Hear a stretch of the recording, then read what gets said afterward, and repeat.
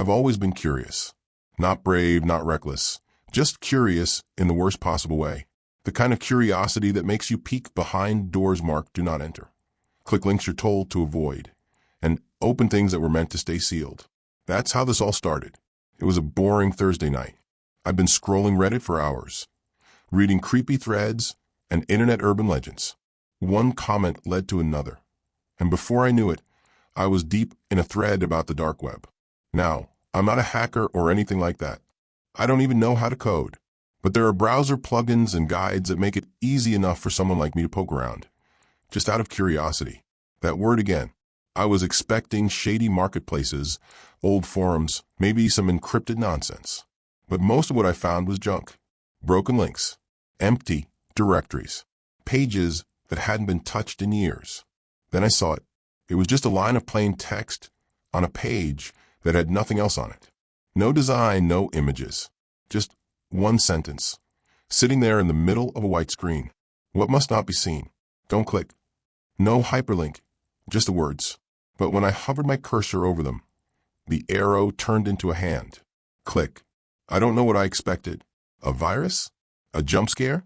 My computer to explode? What I got was silence.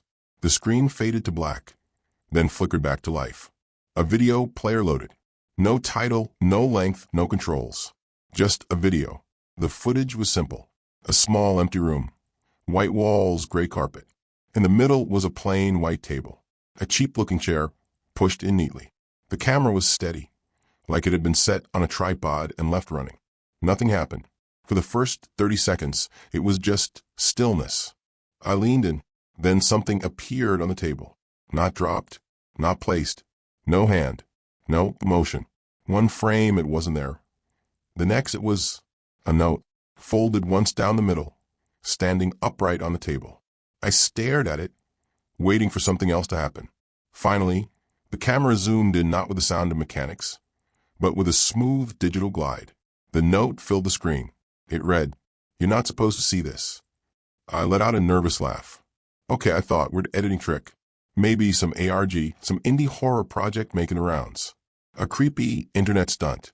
I'd seen dozens before, but then the shadows moved. At first I thought I imagined it, a trick of the eye. But no, in the corners of the frame, the darkness shifted. Like something just out of view was creeping along the edges of the room. And then the screen glitched. Just for a second, static distortion. And when the image cleared, the room on screen wasn't white anymore. It was my room. Same desk, same chair, same crooked monitor. And on the monitor, the exact video I was watching, with a few seconds delay. I froze. My hand moved. The video copied it. A second later, I leaned back in my chair. The me in the video did the same. 1 second behind. It wasn't a stream. It wasn't my webcam. There were no cameras facing me. I checked, heart pounding, but it was showing my every move. Before I could think, the video shifted again. The me on screen reached for the mouse, but I hadn't moved. It was ahead of me, predicting me. I slammed the laptop shut, sat there for minutes, breathing hard, telling myself it was a trick, a prank. Someone somehow hijacked my camera, maybe, or it was a really good deepfake. I ran every antivirus I had. Nothing came up. Just silence. Darkness. I thought it was over. That night, I heard the whispering. It started just after 3 a.m. A soft, almost static-like murmur, like a voice pressed up against the inside of a wall. I got up, checked everything. Nothing there. Nothing visible anyway. I went back to bed, not sleeping. And the next night, it came again. Only this time the whisper was clearer. A voice, low and almost kind, like it was trying to soothe me. "You've seen it now," it said. "There's no way out." I didn't sleep for the next 3 nights. Every time I closed my eyes, I heard it, the voice. Not loud, not even threatening, just constant, like a whisper riding on the edge of silence. Always just close enough for my brain to almost understand the words. "Seen it now. No way out. Behind you." I tried everything: noise machines, sleeping pills, even moving my bed to the other side of the room. But no matter what I did, the whisper followed.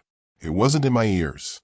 It was in the space, in the silence between breaths, in the hum of the ceiling light. I couldn't tell anyone, not without sounding insane. I mean, how do you explain that a video you found on the dark web is somehow whispering to you through empty air? I thought maybe it was in my head, that maybe I just spooked myself too much. People get paranoid, sleep deprived, hallucinate. I wanted to believe that's all it was. But then the mirror thing happened. I was brushing my teeth. Ordinary morning, still half asleep. When I looked up from the sink, I noticed something strange in the reflection. Something about my own face. It looked like me, sure. Same eyes, same mouth. But the expression wasn't quite right. My eyes were too wide. The face was smiling slightly, but I wasn't. I blinked. The reflection didn't. It just stared back at me. Then slowly the mouth in the mirror opened. No sound came out, just a breath I could see, fog in the glass from inside. I dropped the toothbrush and stepped back so hard I almost tripped over the laundry basket. When I looked again, everything was normal, but I couldn't shake the feeling. Whatever was in that video, it had gotten through. I wiped the laptop, did a full reset. Then I went further, tossed it in the trash, bought a new one with cash from a random electronics store across town. No backups, no data recovery, nothing. But the whispering didn't stop. If anything, it got louder. That's when I started digging. Forums, archives, anonymous threads, anything that mentioned cursed media, haunted files, whatever. Most of it was garbage. Copy-paste creepypasta and role-play junk. But then, on a hidden forum that hadn't been updated in years, I found a thread called "The Video That Watches Back." Most of the posts had been deleted. Only a few remained, old broken English comments and usernames made of random characters. But one post stood out. It was from a user named Oblivion Wake, and it read, "If you saw it, really saw it, then you marked. Doesn't matter if you deleted it. Doesn't matter if you never watched all of it. The moment it plays, it sees you, and then it's in, through the pixels, through the screen, through the dark." There were replies, but they'd all been scrubbed. I tried messaging the user. No response. Their profile was last active in 2014. I saved a copy of the thread, not because I wanted to, but because part of me needed to believe this wasn't just in my head, that someone else had seen it too, that someone had survived. That night, the voice came again, louder than ever. "You clicked," it whispered. "You looked where you shouldn't have. And now I know you." I swear the sound didn't come from my speakers. It came from inside my house, and I wasn't alone anymore. I started keeping the lights on at night. Every room, every hallway, even the bathroom. Not because I was scared of the dark. I was scared of what might move inside it. The voice wasn't the only thing anymore. Now there was static. It started subtly. A light buzzing behind the fridge. A flicker on the TV screen when it was turned off. You know that high-pitched whine some electronics make? Like only dogs and insane people can hear it? I heard it everywhere. And sometimes the static wasn't just a sound. It became shapes. Blurred, human-like outlines in the corner of my eye. Flickering in and out like bad reception. I'd turn, gone. Look again, nothing. But it always felt like they were just waiting for me to stop looking. I set up a camera in my room, just like in the video. I thought maybe if I recorded long enough, I'd catch whatever it was. Get proof. Something real. The next morning, I checked the footage. For the first 3 hours, nothing happened. Just me sleeping, tossing, turning. Then, 3:17 a.m., the footage jumped. A single frame flickered. And for a split second, the camera angle changed. It was no longer pointing at me. It was pointing from behind me, from the ceiling corner of the room. Like something was standing up there, filming me as I slept. Then it snapped back to normal. I replayed it at half speed, frame by frame.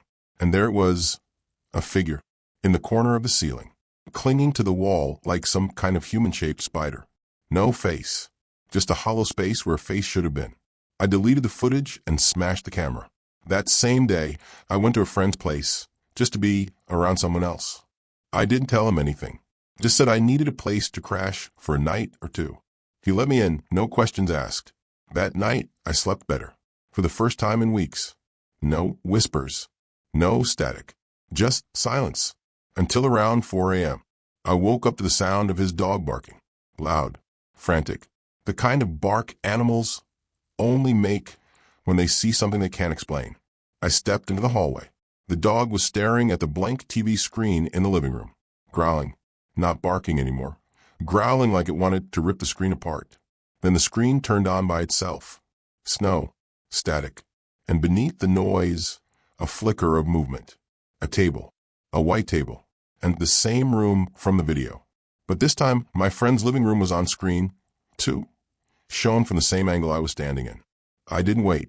I yanked the plug out of the wall and grabbed my stuff. Didn't say goodbye. Didn't explain. I went straight to a motel outside the city. I didn't know what this thing was or how it followed me. But now I knew something awful. It wasn't just in my devices anymore. It could travel through cameras, screens, reflections, and I had brought it into someone else's home. I tried calling my friend the next day. No answer. His number was disconnected. I stayed in that motel for a week. No laptop, no phone, just a burner with no internet and a radio I kept on all night, tuned to static, as if flooding the air with meaningless noise could drown it out. The whispers returned anyway, but they weren't just whispers now. They had become thoughts, uninvited, alien, creeping into my head, like stray signals hijacking my own brainwaves. Why do you keep running? We're already inside. Every blink is a frame. Every thought is a broadcast. I started seeing flashes, not visions, not exactly, more like skipped frames in a movie only I was watching. One moment I'd be brushing my teeth, and the next I'd find myself standing at the window with no memory of moving there. Just click, jump cut. Reality was starting to edit itself. It got worse when I looked at other people. Cashiers, hotel staff, passers-by. Every now and then, their eyes would glitch, just for a second, like a few pixels shifted, like their faces weren't rendering properly, or like something behind them was pretending to be human. But the mask kept slipping. I wanted to go to a hospital, but what could I say? Hey doctor, I saw a cursed video on the dark web and now reality has lag spikes. They'd sedate me, lock me in a white room with no screens. And what if that's exactly what it wanted? So instead I went back online, just for a moment, just to look. I used a motel lobby's public computer, the kind that's bolted to the desk, with outdated browsers and greasy keys. I typed in the phrase from the forum again, the video that watches back. One result, a hidden subdomain. No links, no images, just one page. Black background, white text. It said, if you reach this page, it already knows. It doesn't want your soul. It wants your signal. Beneath that, a single countdown timer and a question. Will you return before the loop ends? I don't know what the timer was counting down to, but the second I saw it, my eyes burned, literally burned, like staring into static too long. I stumbled back from the desk, blinking rapidly. My vision was warped, red outlines on everything. I rushed to the motel bathroom and looked in the mirror, and for the first time, I wasn't there. My reflection was missing. Just the room, the sink, the wall, behind me, but no me. Then it flickered, like a corrupted file trying to render. And suddenly I saw myself again. Only it wasn't me. The thing in the mirror grinned, and then it mouthed something I couldn't hear. But I knew what it said. We're almost done sinking. I checked out of the motel without packing, left everything behind, clothes, toothbrush, the burner phone. None of it mattered anymore, because I knew where I had to go. The source, not the video, not the whispers, but the place where it was filmed. I don't know how I knew. Maybe it was planted in me the night I watched it, a seed. And now, the signal had grown deep enough to whisper coordinates into my brain. My body moved like it was on autopilot. My thoughts weren't mine anymore, just borrowed bandwidth. The place was 3 hours out. Abandoned industrial zone. Somewhere outside the city. No name, no record on maps. Just cracked concrete, rusted gates. And a silence so thick you could choke on it. And there it was, the room, just like in the video, empty. White table in the center. Camera still rolling in the corner, like it had never stopped. I walked in, slowly, and the door closed itself behind me.